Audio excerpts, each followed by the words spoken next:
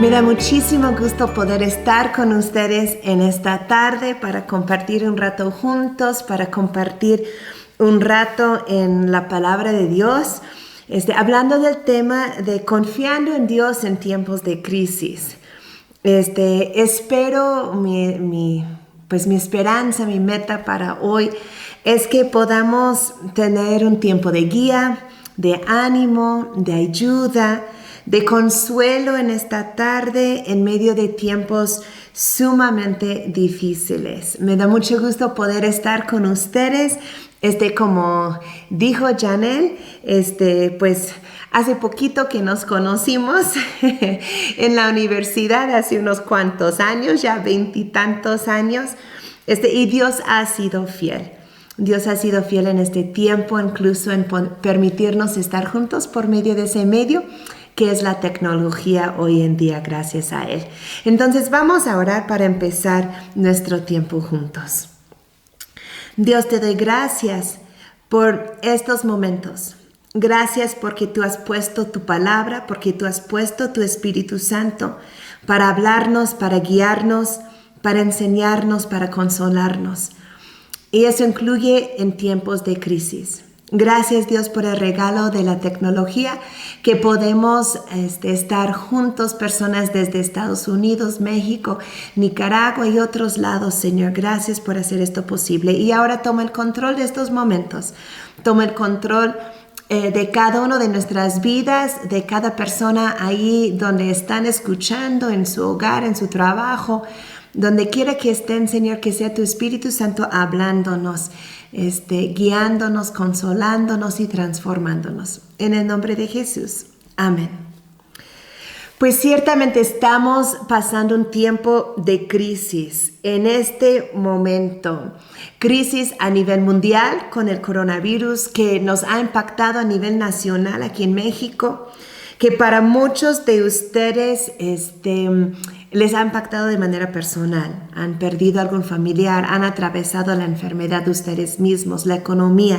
Entonces estamos pasando un tiempo de crisis y aun cuando esta crisis termina, la vida va a tener más crisis. Recientemente pues tuvimos otro temblor aquí en la parte central del país que no pasó a mayores aquí en el centro del país, pero pues sabemos que para muchos en Oaxaca sí.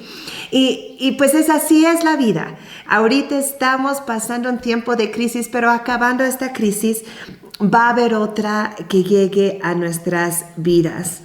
Y hoy esperamos que terminando nuestro tiempo juntos, podamos confiar un poco más en medio de esta crisis que estamos pasando. Pero no solamente en esta crisis, que lo que podemos aprender hoy nos pueda ayudar a las crisis que han de venir. Porque en medio de esas crisis necesitamos un terreno firme, una roca sólida sobre el cual pararnos en medio de todas las tierras movedizas que es la vida y que son las crisis que enfrentamos. Lo bueno es que la Biblia está llena de ejemplos y de historias de tiempos de crisis y de personas en crisis. Yo tuve el privilegio de crecer en la iglesia y desde muy pequeña escuché las historias de la Biblia. Y creo que por mucho tiempo mi perspectiva era que la Biblia estaba llena de historias hermosas, felices, y así, y es cierto, hay muchas historias felices, hay muchas historias hermosas, pero hay muchísimas historias que nos hablan de crisis y dificultades. Hay viudas cuya aceite se acaba y se preocupa de cómo va a alimentar a su familia. Vemos en una ocasión 2 hermanas quienes sufrieron la pérdida de su hermano, su fallecimiento. Pueblos sacados de sus casas y llevados a cautiverio y guerra. Mujeres sin poder embarazarse y esa crisis personal que ellas enfrentaban. Asuntos familiares al grado que forzaron a los hermanos a huir uno del otro. Queriendo matarse, mejor se huyeron uno del otro. Enfermedades vemos en la Biblia, desde fiebres hasta enfermedades tan graves como la lepra, que no solo era una enfermedad dolorosa, pero vergonzosa, que causaba distanciamiento de su familia y de la sociedad. Vemos hambrunas que llevan una nación a pedir ayuda a otra. Vemos rechazo familiar al grado que deja en una ocasión una mamá y su hijo en el desierto. Vemos racismo, violencia política, pobreza y muchas cosas más. Gracias a Dios que la Biblia, la palabra de Dios es real y nos muestra crisis tras crisis y cómo confiar a Dios en medio de esas crisis. Ahora, Dios creó este mundo de manera perfecta. Era perfecto. Tenía todo lo que necesitábamos como humanos y todo lo necesario para llevar a cabo una relación íntima con Dios, que esto era su deseo. Nos creó para vivir en intimidad con Él. Así era el diseño del jardín de Edén, donde Adán y Eva caminaban en el calor del día junto con Dios. Pero el pecado rompió con todo esto. Rompió con nuestra relación con Dios y en sí rompió al mundo. Y ahora vivimos en un mundo de dolor, en un mundo de crisis, en un mundo de enfermedad, que algunos son resultados directos de pecado, ¿verdad? Pero otros simplemente son resultado de que al entrar el pecado en el mundo, rompió con los propósitos originales de Dios. El pecado en general ha creado ahora un mundo roto. El sufrimiento que el mundo sufre hoy en día no era parte del plan original de Dios. Su corazón de Dios no es un corazón de hacer sufrir.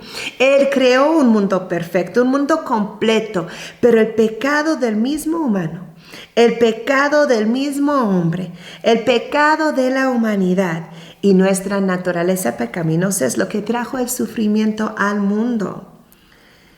Y la misma naturaleza, el mismo mundo se queja bajo las consecuencias del pecado. Lo vemos con los desastres naturales, que la misma tierra, la misma planeta está sufriendo las consecuencias del pecado y gimiendo para el regreso de Cristo. Sin embargo, Dios es más grande que el pecado.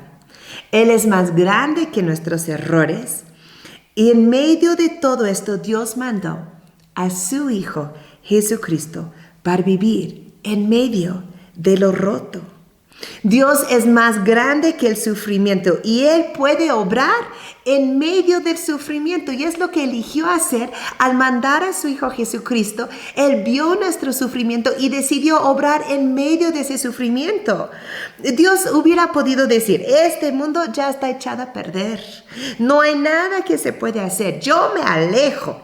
Yo siendo un Dios santo, creador, con propósitos buenos que los humanos han ignorado, me alejo. Ya no quiero nada que ver, ni con la creación, ni con los humanos. Pero no, se acercó aún más a lo roto, tomando la forma de hombre. Dios mismo. Dice la palabra de Dios que Cristo tiene toda la deidad de Dios. Entonces Dios mismo, en vez de alejarse de lo roto, de alejarse del sufrimiento, de alejarse de este mundo, tomó la forma de un hombre por medio de su Hijo Jesucristo, Dios encarnado, y vivió en medio de un mundo roto, pecaminoso, pero sin pecar Él mismo. Ahora, cuando mandó a Jesucristo a vivir en medio de un mundo roto, era para restaurar lo más importante, y es nuestra relación con Él. Empezando con restaurar esta relación, es lo más importante. Hay muchas cosas rotas en este mundo que no podemos arreglar, enfermedades que no podemos sanar, asuntos económicos que no podemos resolver, aún decisiones de personas a quienes nosotros amamos pero que nos afectan a nosotros, decisiones de otras personas que nos afectan, que causa rotura, dolor, sufrimiento en nuestras vidas y no podemos hacer nada en cuanto a esas cosas. Pero gracias a Jesucristo sí podemos arreglar nuestra relación con Dios. Y para eso vino Jesús. Y empezando con restaurar nuestra relación, es lo único que nos va a permitir seguir viviendo y no solo sobreviviendo, pero viviendo, siendo fructíferos en medio de la crisis. Va a ser por medio de nuestra relación con Cristo. Vemos lo roto, lo doloroso, especialmente en cuanto a la situación que estamos pasando ahorita del coronavirus en las noticias. Lo que sale en Facebook, te metes y ya ni sabes ni qué pensar, creer noticias y cosas que están compartido allí. Escuchamos de familiares, amigos y nuestros contactos lo que está pasando en el mundo. El coronavirus es una crisis como muchas crisis que han cambiado nuestras vidas. No es solo una amenaza, pero parece estar cambiando nuestras vidas para siempre. Algunos porque por medio de esa crisis han perdido a algún familiar. Otros porque han sufrido económicamente al no poder trabajar, sus negocios se han visto afectados. Otros porque ellos mismos se han enfermado y sufren secuelas. Pero todos estamos pasando esa crisis y nos está cambiando porque la manera en que el mundo se relaciona, la manera en que el mundo hace negocios, la manera en que el mundo educa, se mueve, ha cambiado, incluyendo la conferencia de hoy. Hace un año, yo estuve con muchos de ustedes ahí en Toluca en un desayuno de mujeres en un restaurante que disfrutamos mucho ese tiempo juntas. Y este año no es posible. No podemos estar cara a cara físicamente, pero gracias a Dios por la tecnología que nos permite estar juntas y no solamente para esta conferencia, pero va a quedar plasmado pues en el internet para el futuro. Ya cuando se pase el coronavirus, alguien más puede ver esta predicación y aplicarlo a la crisis que están enfrentando en ese momento, ¿verdad? Las crisis cambian.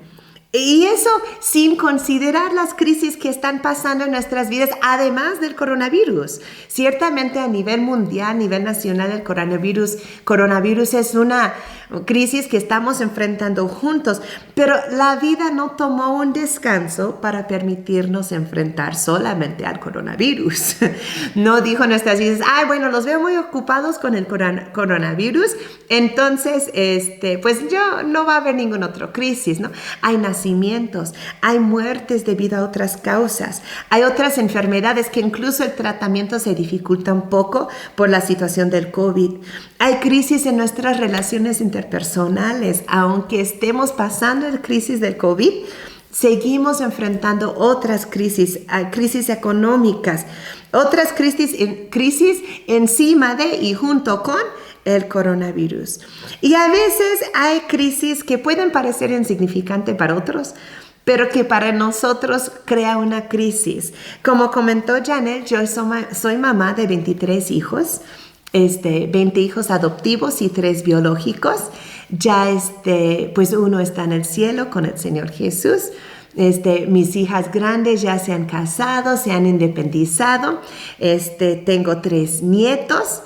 Entonces ahorita en casa son 10 hijos de 5 a 21 años. Y entonces muchas crisis se presentan al día. Apenas el otro día estaba leyendo el cuento de dormir a mis 2 pequeños, tienen 5 y 7 años. Y al estarles leyendo me di cuenta, wow, sus piecitos olían horribles. Entonces les dije, mientras que leo a David, quien es un poco mayor y le leo aparte, vayan a lavarse los pies ustedes en la tina del baño. Bueno, la tina del baño de abajo, este baño no tiene ahorita un boiler. Entonces tienen que cargar agua en jarras, agua caliente del fregadero de la cocina hasta el baño. Pero lo saben hacer, lo han hecho antes, yo les he ayudado, lo han hecho. Entonces no se me hizo complicado decirles, vayan a lavar sus pies mientras que yo leo con David. Terminé de leer con David, quien tiene 11 años, y al ver cómo iban Mao y Kim, con sus pies, pues salí de mi recámara con David y había un camino de agua desde el fregadero de la cocina hasta el baño. Y en el mismo baño todo el piso estaba empapado. Pareciera que los lavaron en el piso en vez de en la tina. Y esas son las crisis que luego enfrentamos. De igual manera, mis hijos estudian en casa, soy su maestra. Y luego es una crisis casi pareciera mundial porque no encuentro mi lápiz. ¿Dónde está mi lápiz? ¿Quién agarró mi lápiz? Entonces, luego pasa, no sé si a ustedes, pero a mí, que las crisis grandes, económicos, de salud, familiares, los podemos sobrellevar porque sabemos, esto es una crisis y agarramos todos nuestros recursos emocionales, físicos, buscamos ayuda espirituales para enfrentarla. Pero luego esas crisis pequeñas de agua en el piso, de lápices perdidos, de peleas entre dos hermanos, son las crisis que nos pueden sacar de quicio incluso. Pero en medio de todas esas crisis, en mundial, sea familiar, sea personal, se encuentra Jesucristo. Dios manda a Jesucristo para arreglar lo más importante, que es nuestra relación con Él.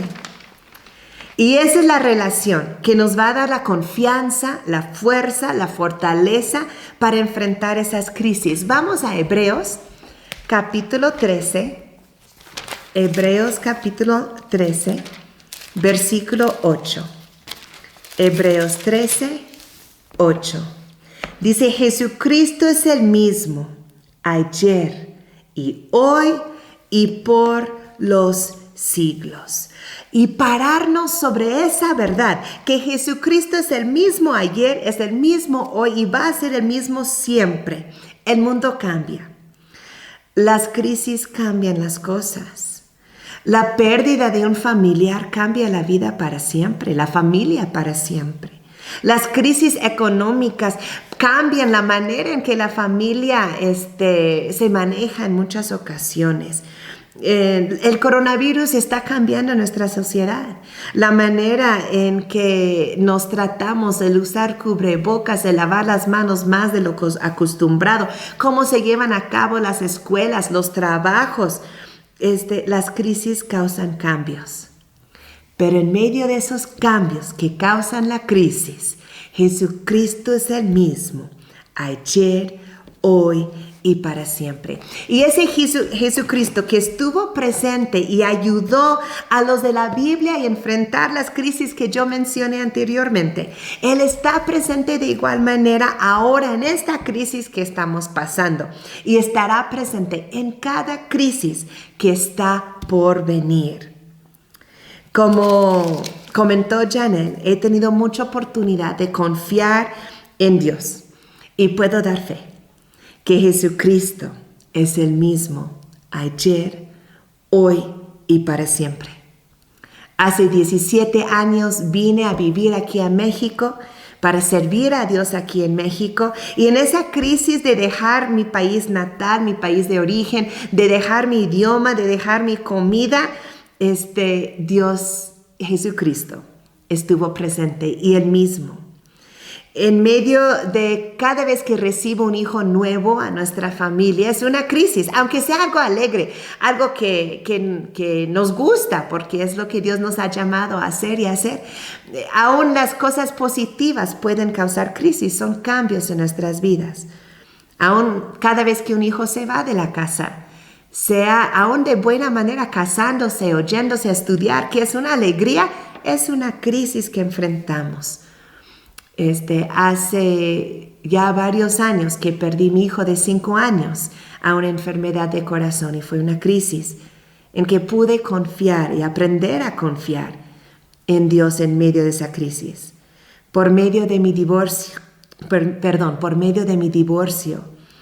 por medio de todas estas crisis, he tenido la oportunidad de ir aprendiendo cómo confiar a Dios en medio de crisis, de nacimientos, de llegadas de hijos, de idas de hijos, de cambios de países, de un divorcio, de muerte, y aún en las crisis pequeñas de lápiz que no se encuentra.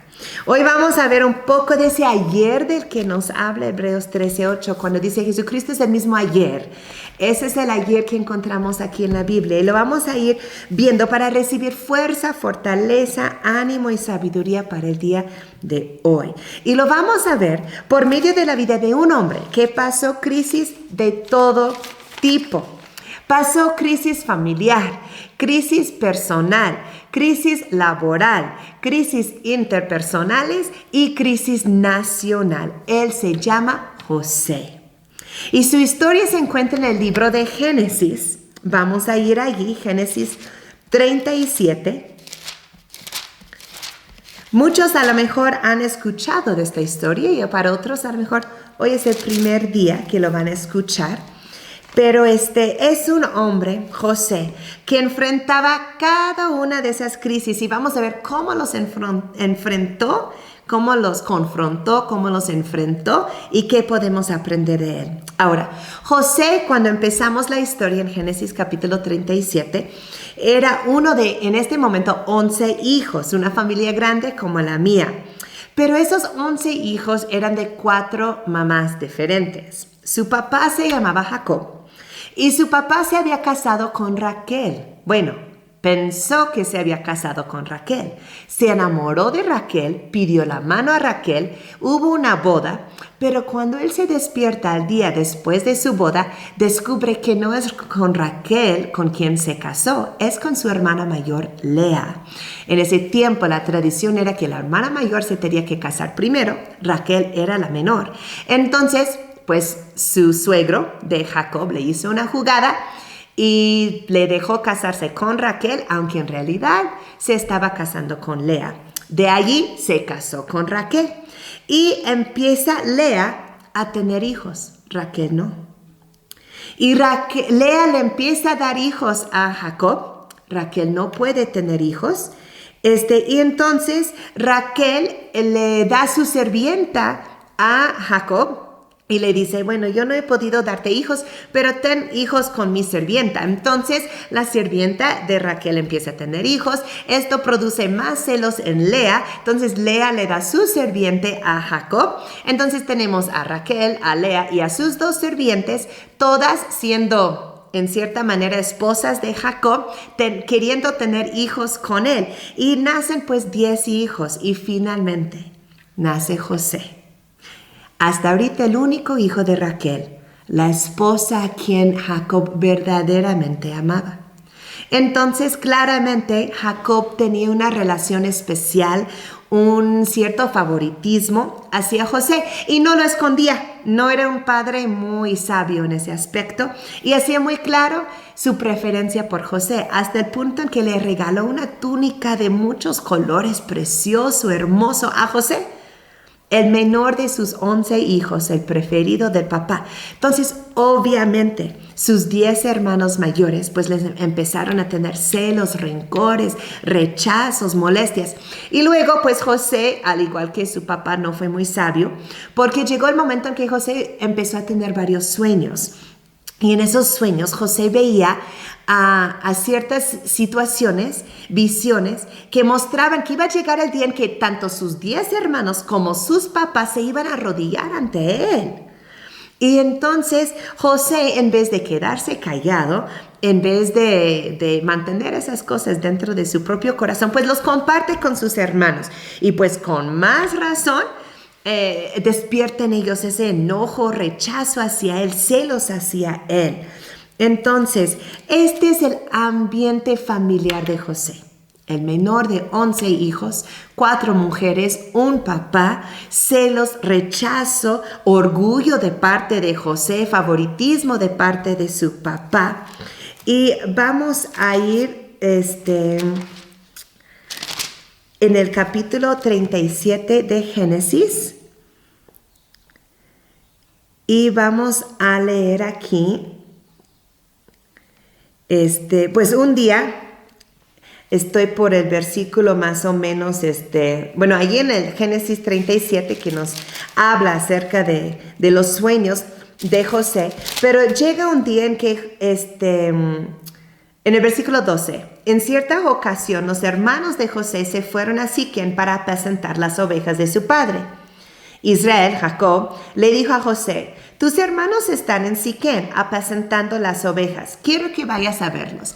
Entonces su papá le manda a José a ver cómo van sus hermanos. Ahora aquí vemos otro favoritismo. José estaba en casa y sus hermanos tenían que estar afuera trabajando, apacentando las ovejas lejos de casa. Entonces José pues obedece a su papá, va en búsqueda de sus hermanos, pregunta por allá a otras personas que encuentra en su camino y le dicen, un hombre le dice, yo les oí decir que se dirigían a Dotán, en el versículo 17. José siguió buscando a sus hermanos y los encontró cerca de Dotán. José dice en el 18, como ellos alcanzaron a verlo desde lejos, antes de que se acercara,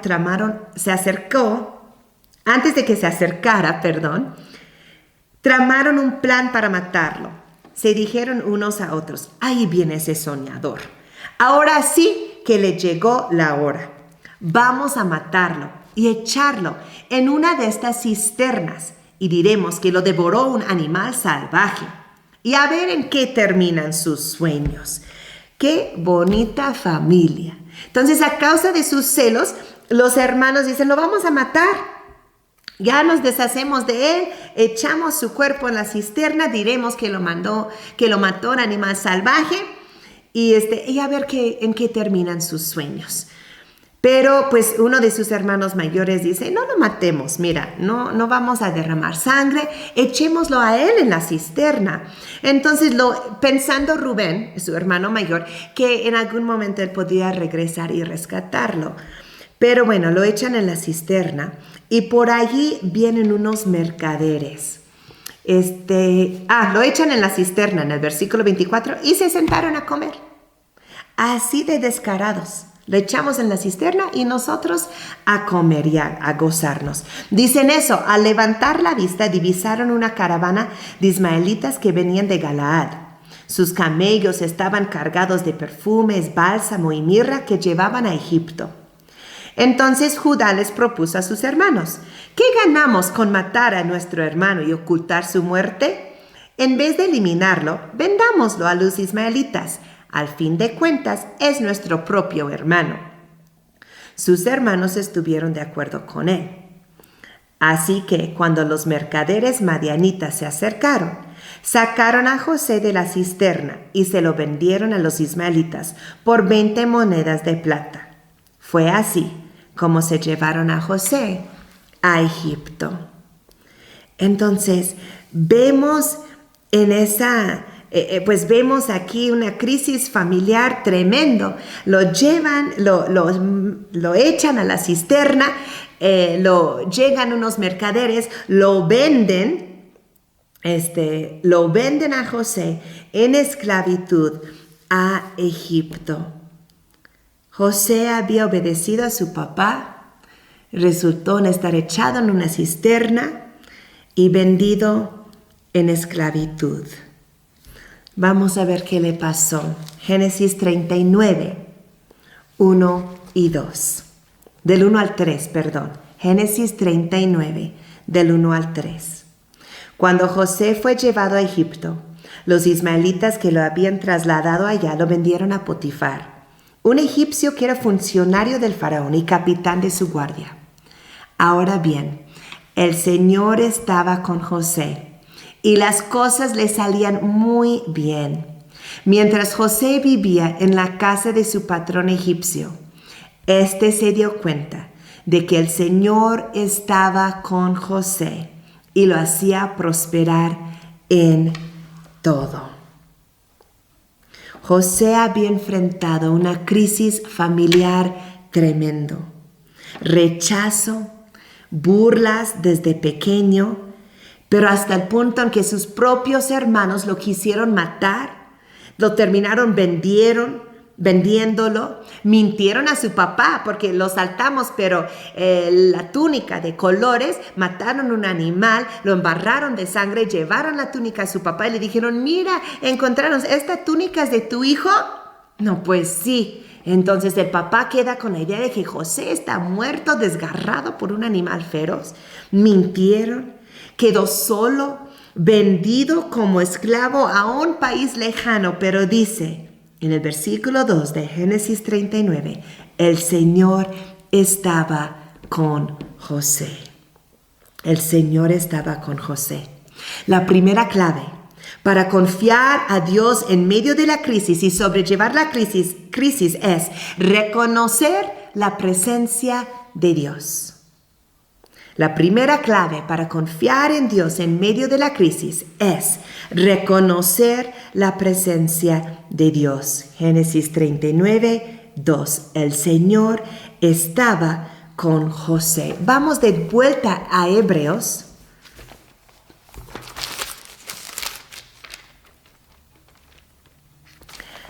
Hebreos capítulo 13.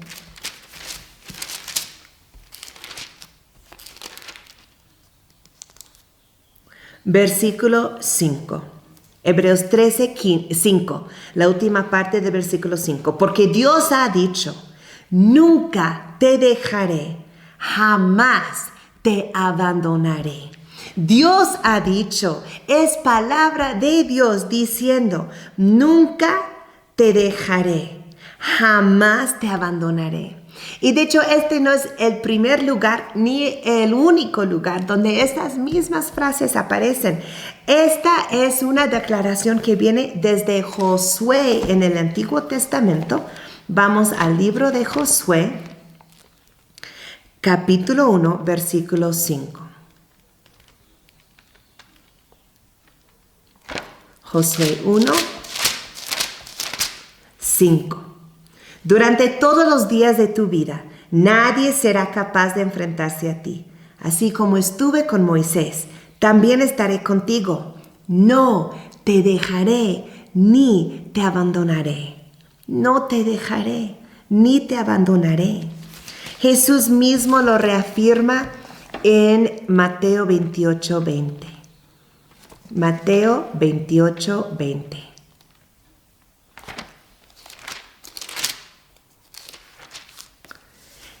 Mateo 28, 20, las mismas palabras de Jesús. Y les aseguro que estaré con ustedes siempre, hasta el fin del mundo. Estaré con ustedes siempre. Es una promesa de Dios. Y una clave para sobrellevar la crisis es reconocer la presencia de Dios. Como resultado de muchas de las crisis de mi propia vida, hay muchas ocasiones en que lucho con un sentimiento de soledad.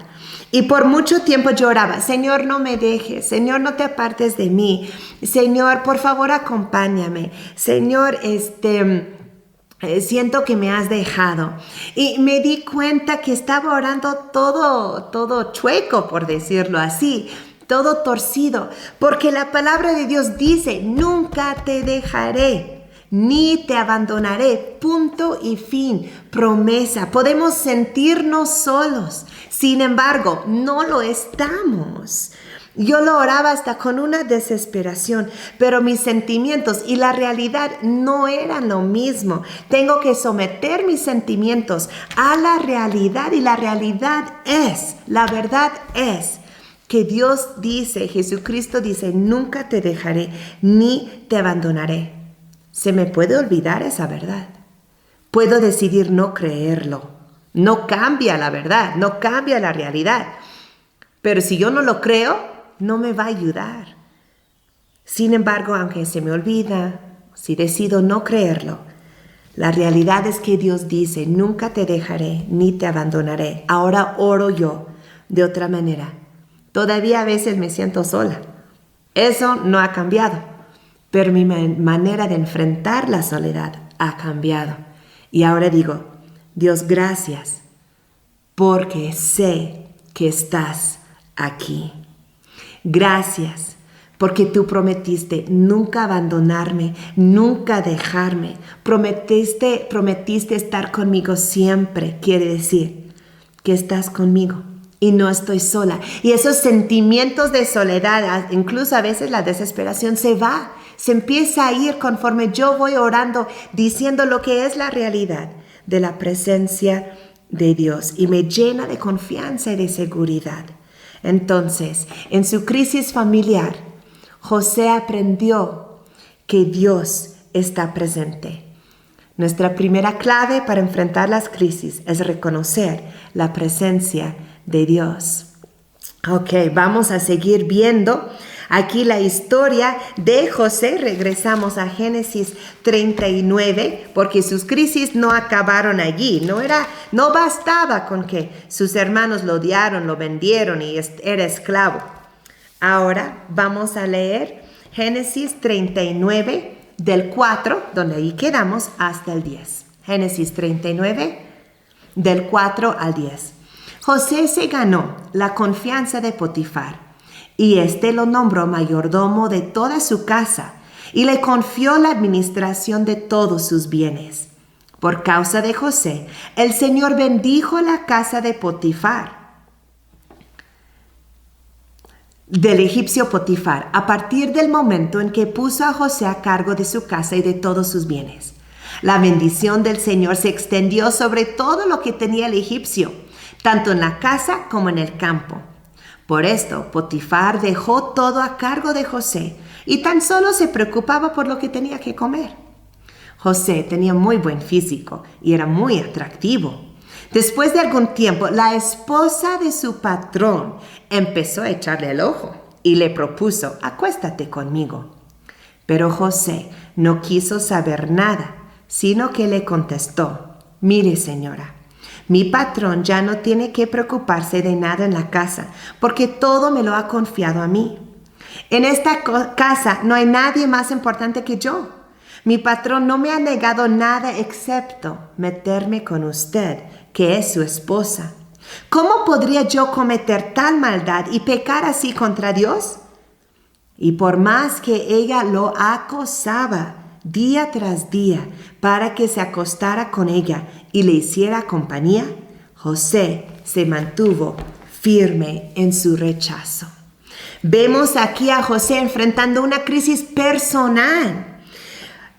A veces las crisis que pasamos se encuentran dentro de nosotros mismos, en nuestras mentes y en nuestros corazones. Esto era una crisis personal para José. Él estaba siendo tentado y esta tentación nacía en su propio corazón, en su propia mente. ¿Y cuál era la clave para que José saliera de esa crisis personal? Era mantenerse firme en la verdad. La segunda clave para confiar en Dios y sobrellevar las crisis es mantenerse firme en la verdad. ¿Cuál era esa verdad para José? Lo vemos en el versículo 9. Dice: en esta casa no hay nadie más importante que yo. Mi patrón no me ha negado nada excepto meterme con usted, que es su esposa. José tenía muy claro la verdad. Yo soy un esclavo. Yo trabajo aquí. Usted es su esposa, usted no es mi mujer, entonces no tengo derecho de meterme con usted. Él sabía y se mantuvo firme en la verdad. Dice, José se mantuvo firme en su rechazo. ¿En base a qué? En base a la verdad que José sabía: mi puesto, soy el esclavo, ella no es mi esposa. Y también él sabía, dice: ¿cómo podría yo cometer tal maldad y pecar así contra Dios? José entendía la verdad de que si él se metía con la esposa de Potifar, no estaba pecando sola en contra de Potifar, en contra de esa mujer, en contra de sí mismo. Estaba pecando en contra de Dios. Al mantenerse firme en la verdad, José pudo librarse, salir de esa crisis personal. Es tan importante para nosotros, que para poder salir de una crisis, para sobrellevar una crisis, es muy importante que recordemos la verdad y que nos mantenemos en la verdad. Vamos a ir a Filipenses, una de las cartas de Pablo, Filipenses capítulo 4, versículo 8. Filipenses 4, 8. Por último, hermanos, consideren bien todo lo verdadero, todo lo respetable, todo lo justo, todo lo puro, todo lo amable, todo lo digno de admiración. En fin, todo lo que sea excelente o merezca elogio. Y lo quiero leer también en la Reina Valera.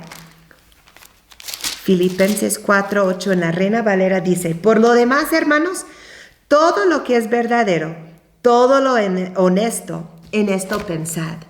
Todo lo que es verdadero, todo lo honesto, en esto pensad.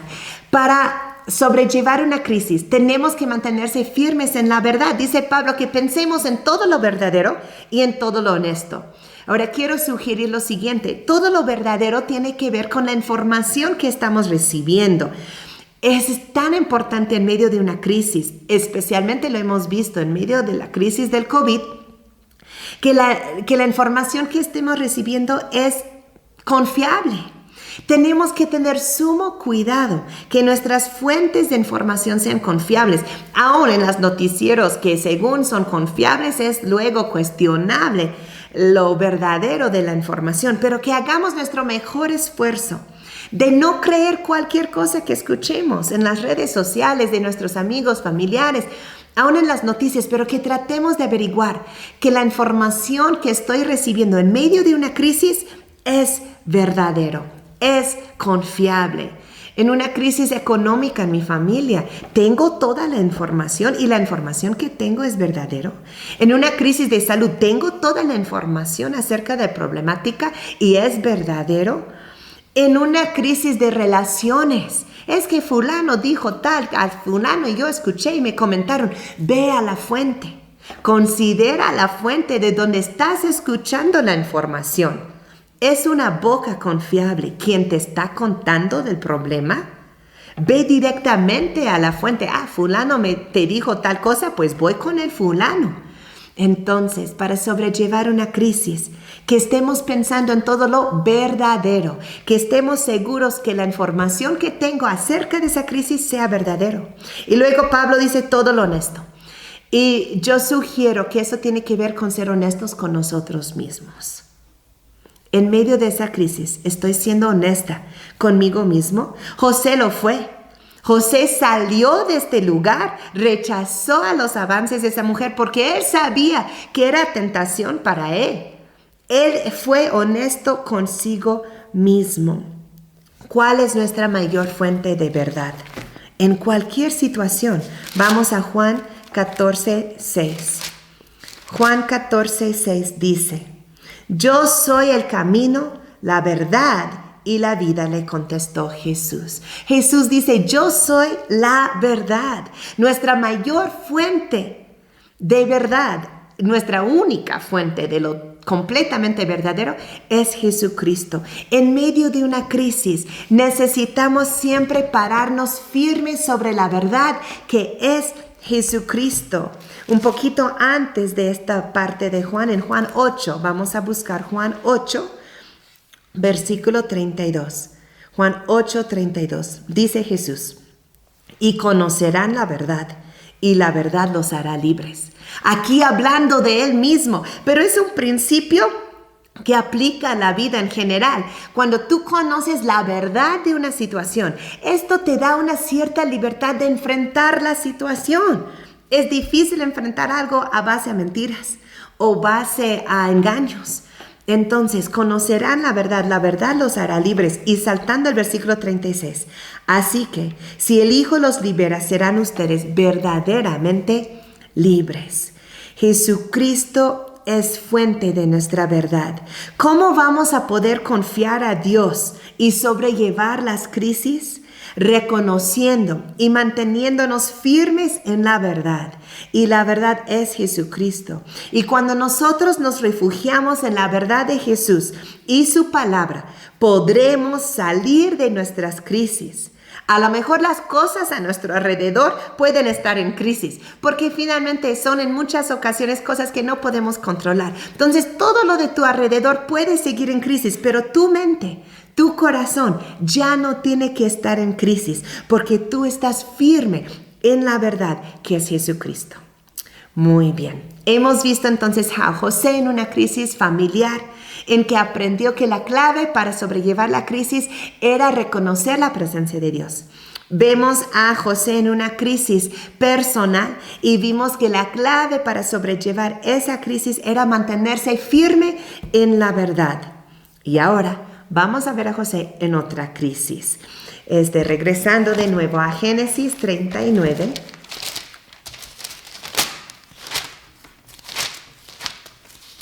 Génesis 39. Y vamos a seguir ahí donde quedamos en el versículo 11. Entonces José está rechazando los avances de la esposa de su patrón, manteniéndose firme en la verdad. Y en el versículo 11, un día, en un momento en que todo el personal de servicio se encontraba ausente, José entró en la casa para cumplir con sus responsabilidades.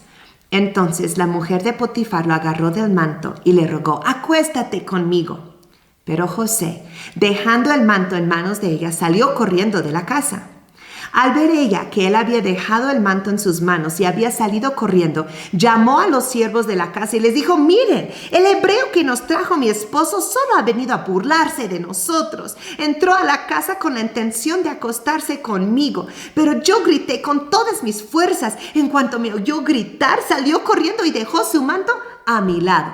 Mentirosa. La mujer guardó el manto de José hasta que su marido volvió a su casa. Entonces le contó la misma historia. El esclavo hebreo que nos trajiste quiso aprovecharse de mí, pero en cuanto grité con todas mis fuerzas, salió corriendo y dejó su manto a mi lado. Cuando el patrón de José escuchó de labios de su mujer cómo la había tratado el esclavo, se enfureció y mandó que echaran a José en la cárcel, donde estaban los presos del rey. Pero aún en la cárcel, el Señor estaba con él y no dejó de mostrarle su amor. El Señor estaba con él y no dejó de mostrarle su amor. Aún en la cárcel, hizo que se ganara la confianza del guardia de la cárcel, el cual puso a José a cargo de todos los prisioneros y de todo lo que allí se hacía. Como el Señor estaba con José y hacía prosperar todo lo que él hacía, el guardia de la cárcel no se preocupaba de nada de lo que dejaba en sus manos. José enfrentó ahora una crisis laboral. Tenía un buen trabajo, trabajaba para Potifar, uno de los funcionarios egipcios. Lo hacía bien, iba en ascenso, era un buen trabajador, pero perdió su trabajo debido a una mentira. A una mentira. Perdió su trabajo.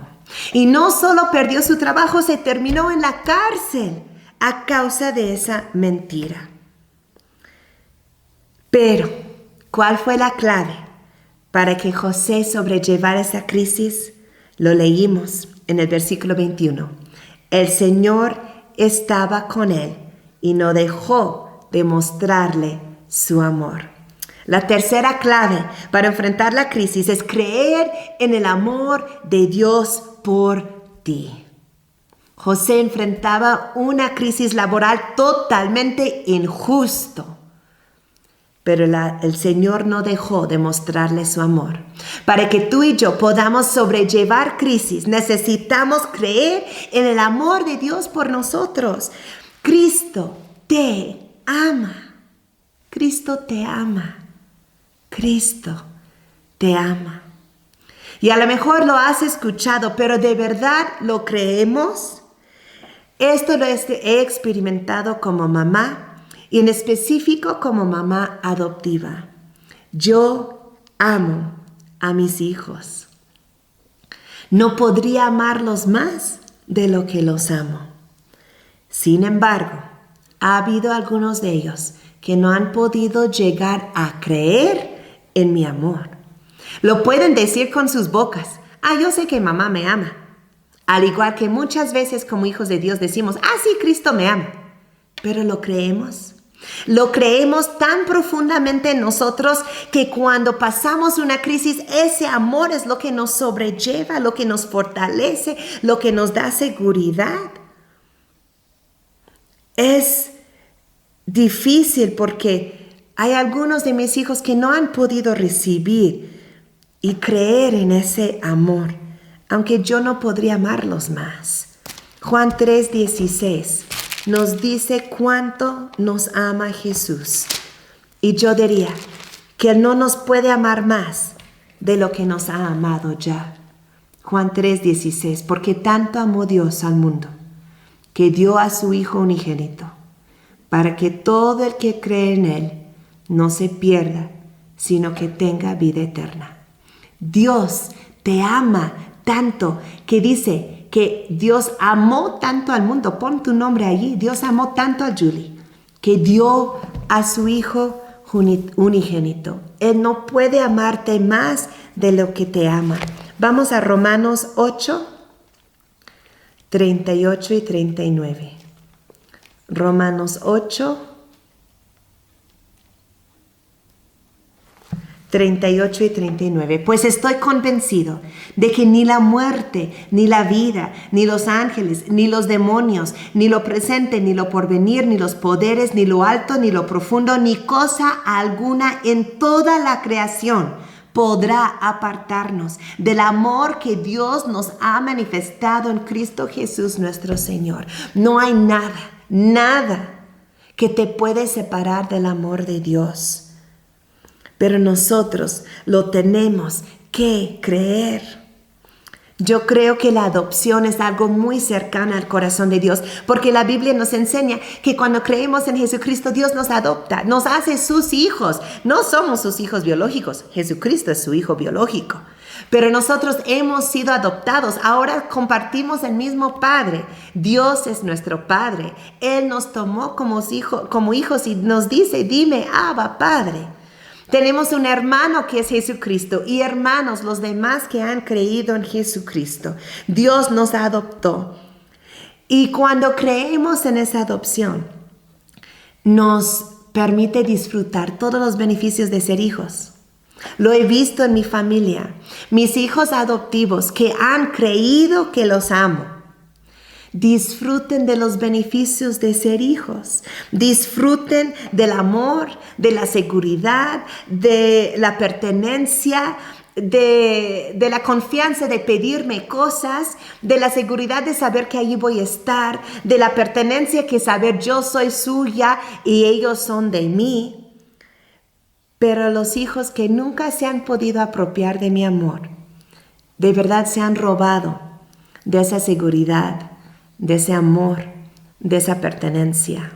Y es algo que a mí me duele en el alma porque yo no puedo amarlos más de lo que les he amado. Y yo soy imperfecta. Yo no he sido una mamá perfecta y ni siquiera buena en muchas ocasiones. Pero aún así, los amo.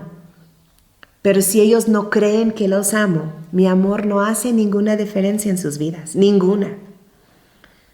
Dios no te puede amar más de lo que te ama. No te lo puede demostrar más. Pero si tú no crees que Él te ama, aunque te lo ha demostrado 1001 veces, si tú no crees en su amor no hará ninguna diferencia en tu vida. Pero cuando crees en el amor de Dios por ti, hasta lo más profundo de tu ser, te ayudará a sobrellevar cualquier crisis en la vida. Entonces vimos a José en una crisis familiar donde la clave era reconocer la presencia de Dios. Vimos a José en una crisis personal donde la clave era mantenerse firme en la verdad. Hemos visto ahora a José en una crisis laboral donde la clave era creer en el amor de Dios por ti. Y ahora vamos a ver a José en una crisis interpersonal. Regresamos a Génesis, capítulo 40. Esta parte se los voy a contar un poco, me encantaría leerlo, pero si no estaríamos aquí demasiado tiempo. Entonces, ¿dónde dejamos a José? ¿Recuerdan?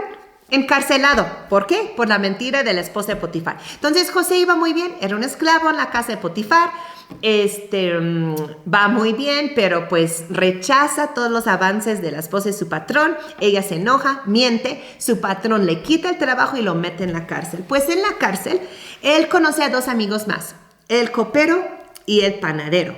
Ahora, el copero y el panadero no trabajaban para Potifar, trabajaban para el faraón, el mero de egipcio.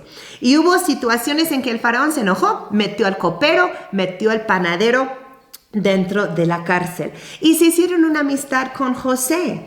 Entonces, un día, al levantarse, el copero se levanta y le cuenta un sueño a José. Así como pasa en nuestro desayuno en mi casa, la plática muy seguido es quién soñó qué anoche. Y los pequeños, más pequeños de la casa, cuentan sus sueños con un detalle Pues yo creo que no había mucho para hacer en la cárcel, entonces el copero le empieza a contar a José, esto es lo que yo soñé.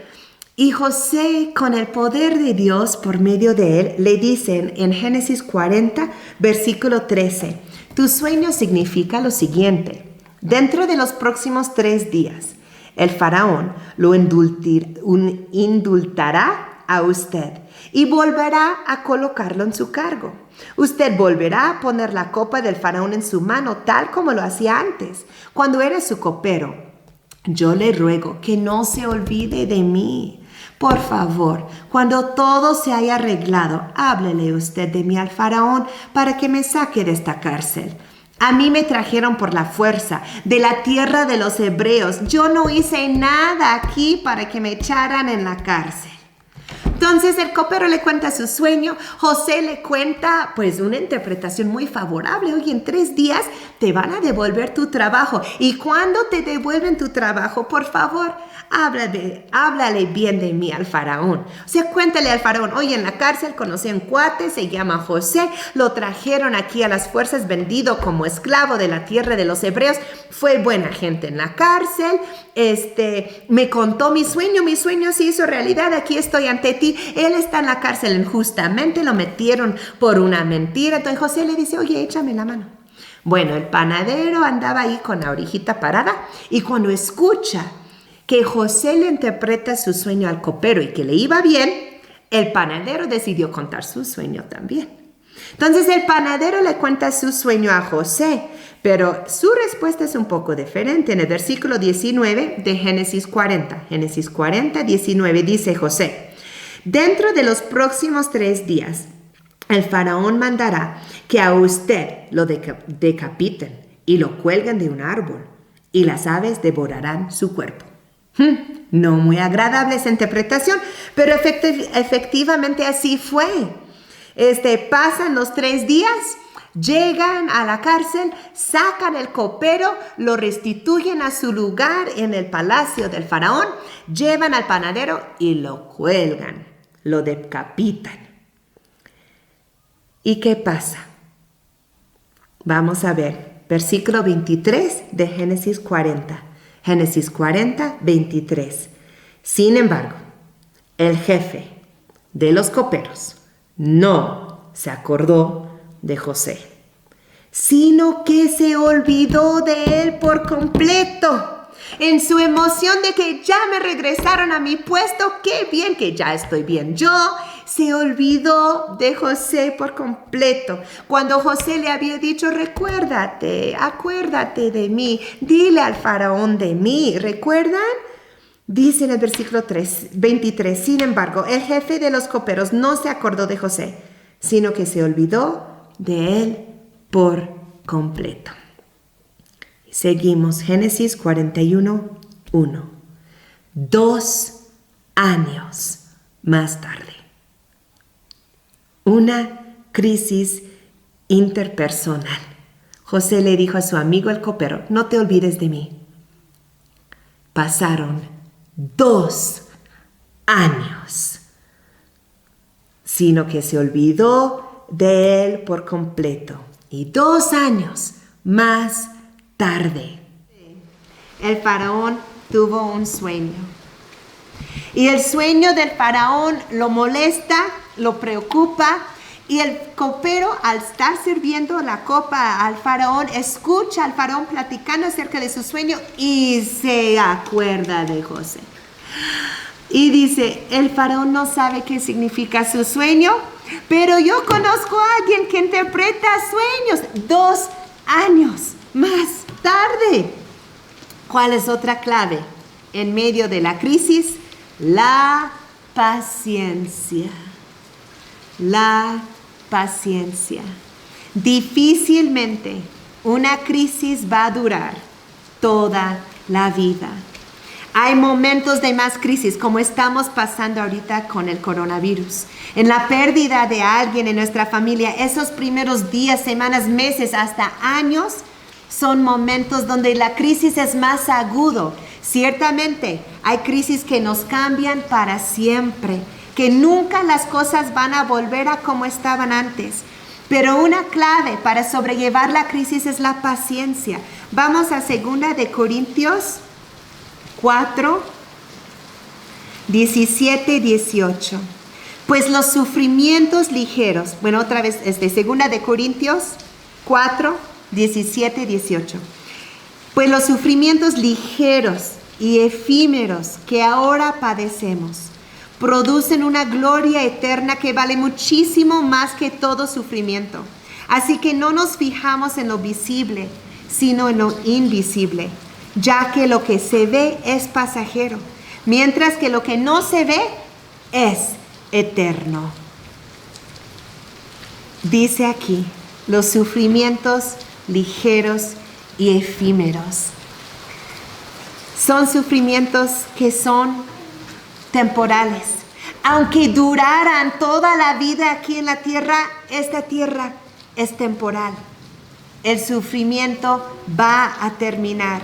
Y si hemos creído en Jesucristo como nuestro Señor y Salvador, nos espera una eternidad libre de sufrimiento. Por eso Pablo dice, no nos fijamos en lo visible, sino en lo invisible. Porque ¿saben qué?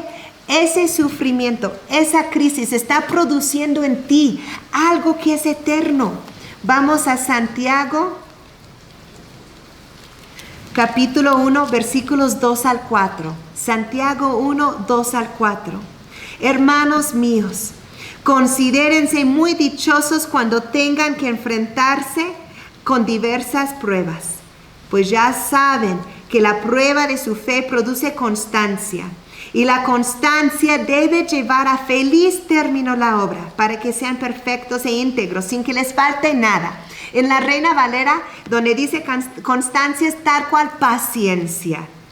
La prueba produce paciencia. Y esa paciencia es un tesoro eterno en nuestras vidas. Ahora yo sé, honestamente, en medio de crisis, son pocas las veces que me interesa lo eterno. Quiero arreglar lo temporal. He contado en muchas ocasiones el momento en que falleció mi hijo. Pero en ese momento la doctora habían estado haciendo tratando de resucitarlo, haciendo resucitación. Y me dijo, tenemos ya 30 minutos intentando. Seguimos, y le dije, yo no voy a tomar esa decisión, te confío como su doctora, porque para mí, yo podría llevármelo toda la vida tratando de arrancar su corazoncito otra vez. En medio de las crisis, es muy difícil ver lo eterno. Queremos arreglarlo ahorita. Somos impacientes. Pero una clave para sobrellevar la crisis es la paciencia. José enfrentó una crisis interpersonal, se hizo de 2 amigos, confió en uno de ellos, le hizo un favor, le interpretó su sueño, le confió y dijo, acuérdate de mí. Y el amigo no recordó, dice que se olvidó de él. Y 2 años después, ¿cómo pasó esos 2 años José en la cárcel? Viendo la historia, estoy segura que no se amargó, que no se produjo ira en su vida. Fue paciente. Vamos a 1 de Pedro 5:10. 1 de Pedro 5:10. Aquí está nuestra esperanza. Y después de que ustedes hayan sufrido un poco de tiempo, Dios mismo, el Dios de toda gracia, que los llamó a su gloria eterna en Cristo, los restaurará y los hará fuertes, firmes y estables. El tiempo antes de mi divorcio, cuando las cosas estaban muy difíciles, este versículo me llenó de esperanza, porque dice, después de que ustedes hayan sufrido un poco de tiempo, comparado con toda la eternidad, lo que estamos viviendo hoy es un poco de tiempo. Aférrate un poco de tiempo más. Espérate un poco de tiempo más. Ha habido momentos en mi vida en que he dicho, Señor, 60 segundos más. Los próximos 60 segundos, el próximo minuto, Señor, tú y yo podemos por un minuto más, solo un minuto más. ¿Y saben cómo vamos a vivir esta vida? Haciendo un minuto a la vez. Entonces piensen, después de que haya sufrido un poco de tiempo, Dios mismo no va a mandar a nadie más. Dios mismo, el Dios de toda gracia, que los llamó a su gloria eterna en Cristo, los restaurará y los hará fuertes, firmes y estables. Porque si hay algo que la crisis hace, es que hacerte sentir débil, hacerte sentir como estás parada sobre arena movediza y inestable. Pero después de un poco de tiempo, Dios mismo los restaurará y los hará fuertes, firmes y estables. Sé paciente. La crisis no va a durar para siempre. Entonces, hemos visto. Ya vamos para el último. ¿Están conmigo todavía? Espero que sí. Vimos a José en una crisis familiar, reconociendo la presencia de Dios. Vimos a José en una crisis personal, manteniéndose firme en la verdad. Vimos a José en una crisis, ¿cuál era? Después del laboral, creyendo en el amor de Dios por él. Y vimos ahorita a José en una crisis interpersonal con un amigo. Y vimos que él fue paciente. Y finalmente, José enfrentó una crisis nacional, como tú y yo estamos enfrentando hoy. En el tiempo de José, la crisis era una hambruna, como él había predijo por el sueño del faraón, porque efectivamente mandaron traer a José de la cárcel cuando el copero le dijo, el faraón, bueno, le cuenta su sueño el faraón, y el copero, recordé un amigo, mandan traer a José. José interpreta el sueño del faraón y dice, ¿saben qué? Va a haber 7 años de plenitud, pero van a seguir 7 años de una hambruna como nunca han visto. Entonces, el faraón ahora ya no trabaja para el Potifar, ya trabaja para el faraón. Después del primer crisis laboral, pues le fue mejor. Estamos en Génesis 41. Que lo lean todo en casa, pero se los voy a contar. Entonces, el faraón le puso a José a cargo del gobierno, de administrador, y dice, tú, José, hacemos lo que tú nos dices que tenemos que hacer. Entonces, José hace un plan de que vamos a guardar el alimento por 7 años, hay plenitud, ni lo podemos comer todo, pero vamos a guardar y guardar y guardar. Después de estos años, cuando viene la hambruna, pues ya tendremos guardado. Entonces vamos a Génesis 41, 56. 53. Génesis 41, 53. Los 7 años de abundancia en Egipto llegaron a su fin. Y tal como José lo había anunciado, comenzaron los 7 años de hambre, la cual se extendió por todos los países. Como ahora la coronavirus. No era un problema de Egipto, era un problema mundial de todos los países. Pero a lo largo y a lo ancho del territorio de Egipto había alimento.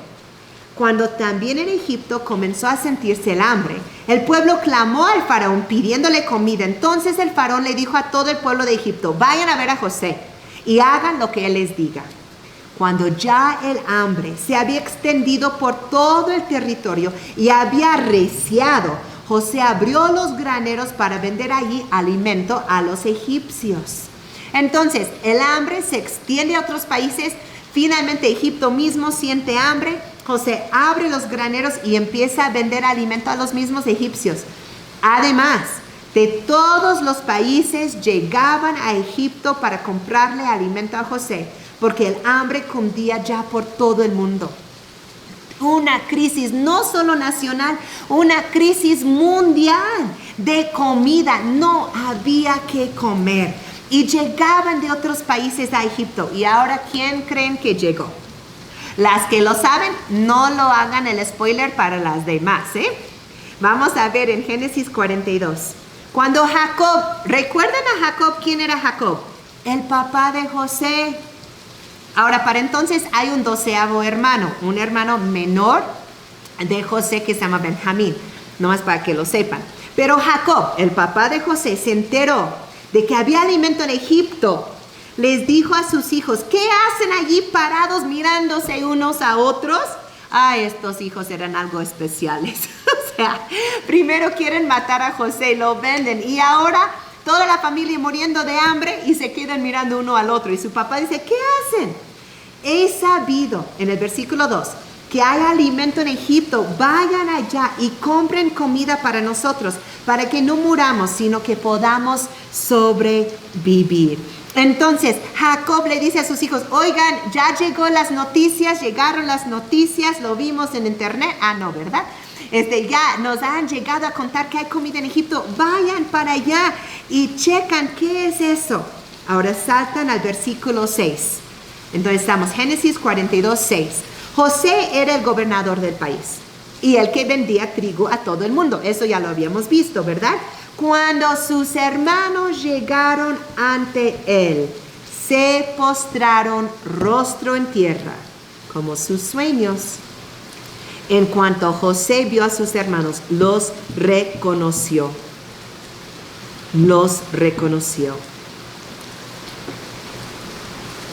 Ellos no lo reconocieron, nos dice en el versículo 8. Aunque José los había reconocido, sus hermanos no lo reconocieron a él. Imagina, años después, José ya vestido, hablando como un egipcio, porque más adelante dice que José hablaba con ellos con traductor. José ya hablaba como los egipcios, pero sabía muy bien hebreo.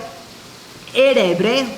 Llegan sus hermanos hablando entre ellos en hebreo y José entiende todo, pero se hace el que no y habla hasta con intérprete. Entonces, lo ven, no lo reconocen, vestido como hablando como egipcio, y se arrodillan para pedirle alimento. ¿Qué hace José? Hay toda una historia allí, pero vamos a saltar al versículo 24 al 26. Génesis 42, 24. José se apartó de ellos y se echó a llorar. Imagina el impacto. Los que te quisieron matar, los que se burlaron de ti, los que te vendieron, ahora es tu oportunidad. En medio de esa crisis nacional, tú tienes tu oportunidad de vengar tu crisis familiar. Y dice, José se apartó y se echó a llorar.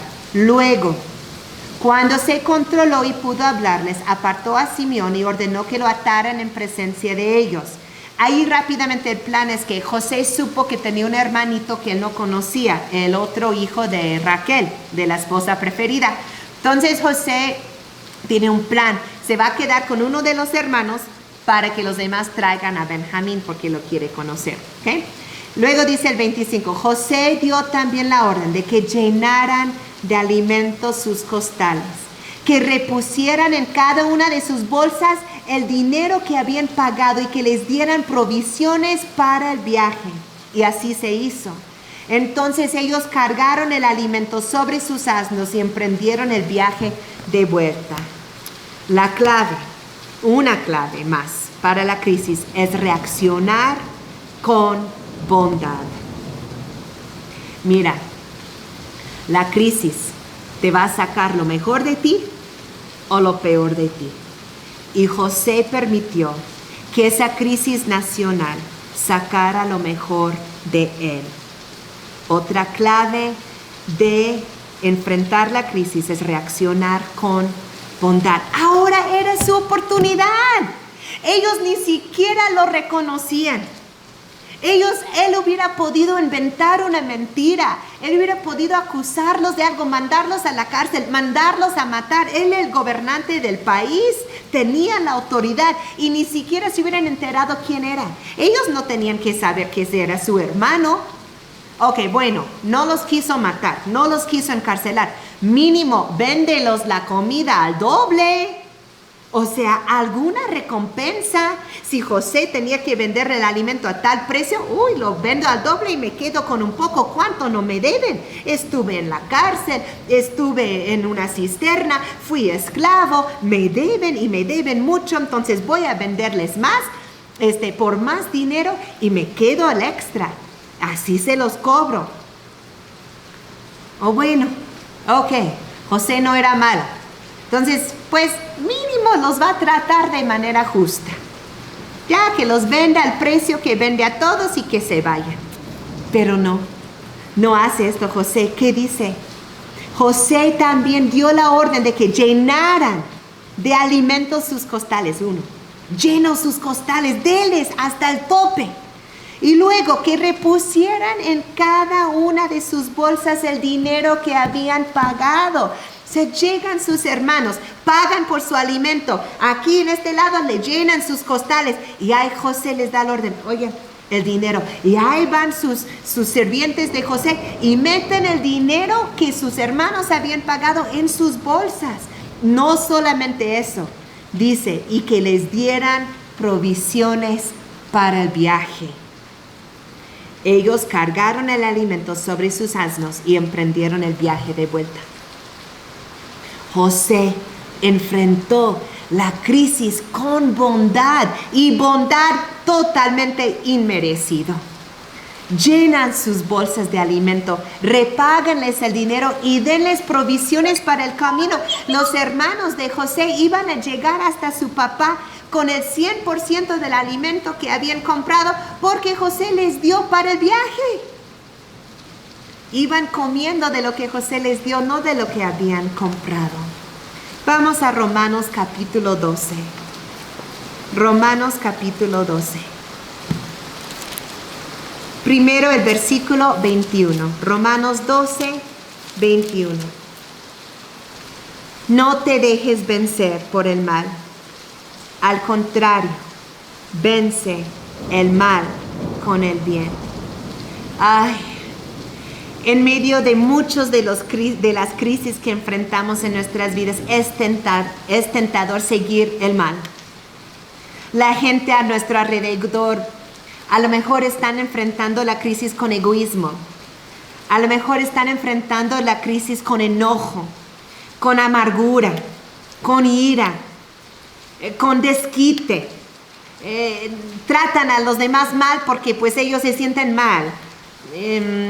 Están siendo egoístas. Esto ha sido un reto en esto del coronavirus, de no acaparar lo que uno mismo necesita, pero ver también por las necesidades de los demás.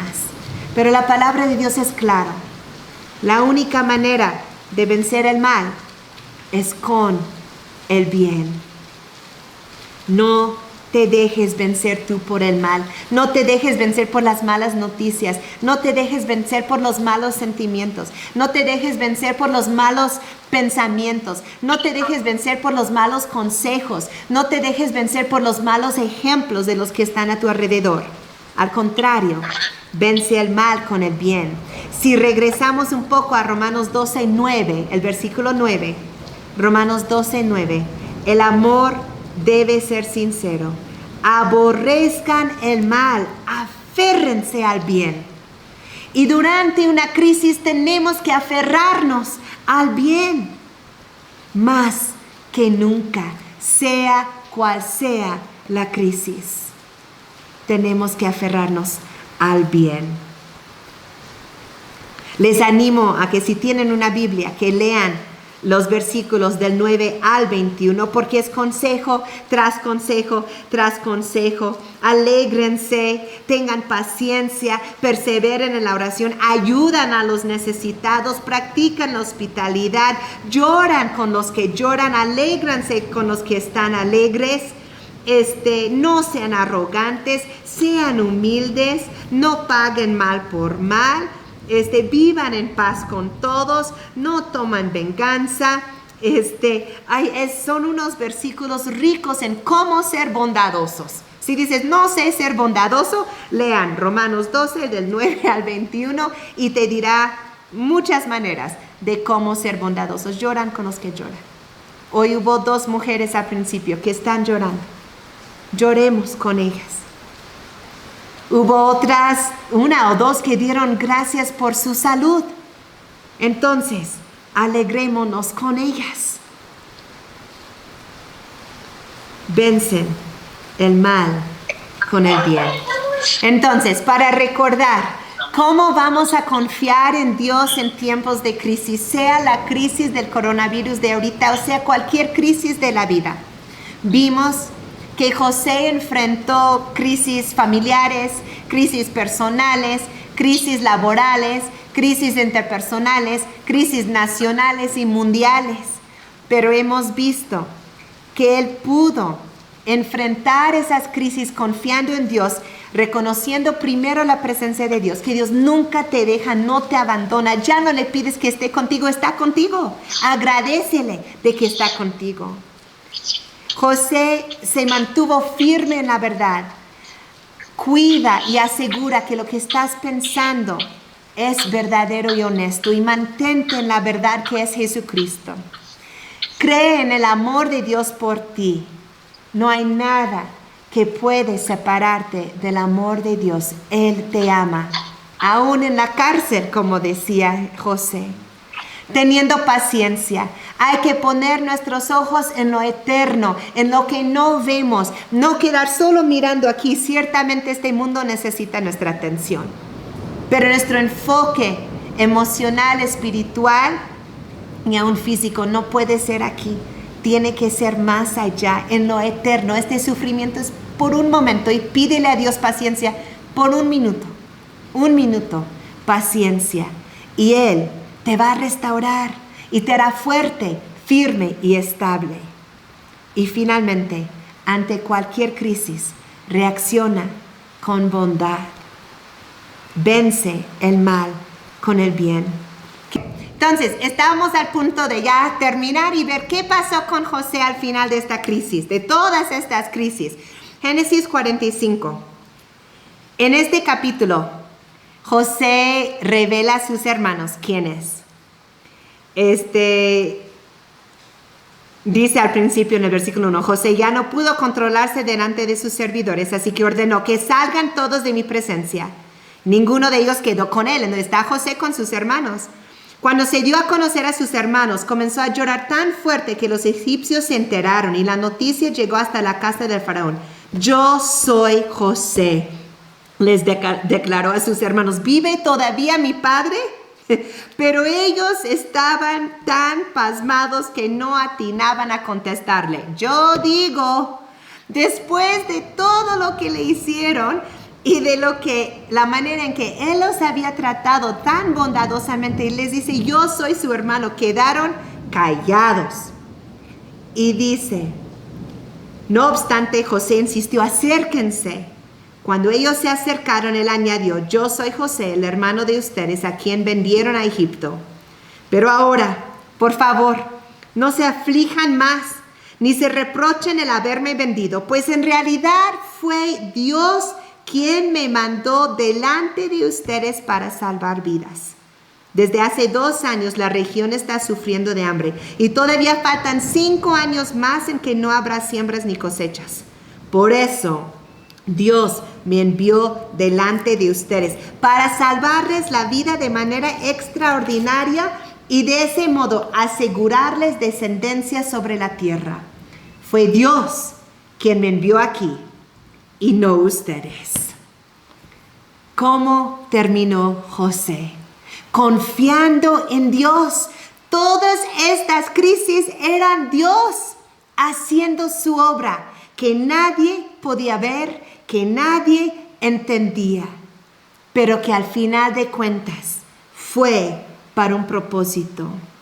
Mi autora favorita, si han escuchado de ella, es Beth Moore. Y ella siempre dice, Dios nunca desperdicia tu dolor. Dios nunca desperdicia tu dolor. No sé cuáles crisis, además de la que estamos enfrentando todos, aunque lo estamos enfrentando de manera muy diferente, cuáles crisis hayas enfrentado, estás enfrentando, vas a enfrentar. Pero lo que yo sé es que si reconoces la presencia de Dios, si te mantienes firme en la verdad que es Jesucristo, si crees en el amor de Dios por ti, si tienes paciencia y si reaccionas con bondad, vas a confiar en Dios en medio de cualquier crisis y experimentarás el poder de Dios en tu vida, en tu corazón, como José lo experimentó. Y podrás decir, no se preocupen, fue Dios quien me envió aquí. Sale, vamos a orar antes de entrar en nuestro tiempo de preguntas, de comentarios. Vamos a orar. Dios, te damos gracias por tu palabra, por tu fidelidad. Gracias, Señor, por la historia de José. Sufrió mucho, pero su sufrimiento hoy a mí me ha animado. Pero yo te pido, Dios, que tú obres en mi vida en medio de esta crisis y en medio de cualquier crisis, que yo pueda confiar en ti, que yo pueda, Señor, reconocer tu presencia conmigo, que yo pueda, Señor, mantenerme firme en la verdad, que yo pueda creer siempre en el amor que tienes por mí, que yo pueda, Señor, tener paciencia y que pueda siempre reaccionar con bondad, porque quiero, Señor, confiar en ti en medio de la crisis, porque no puedo sola, te necesito y quiero ver tu gloria y tu obra en mi vida. En el nombre de Jesús. Amén.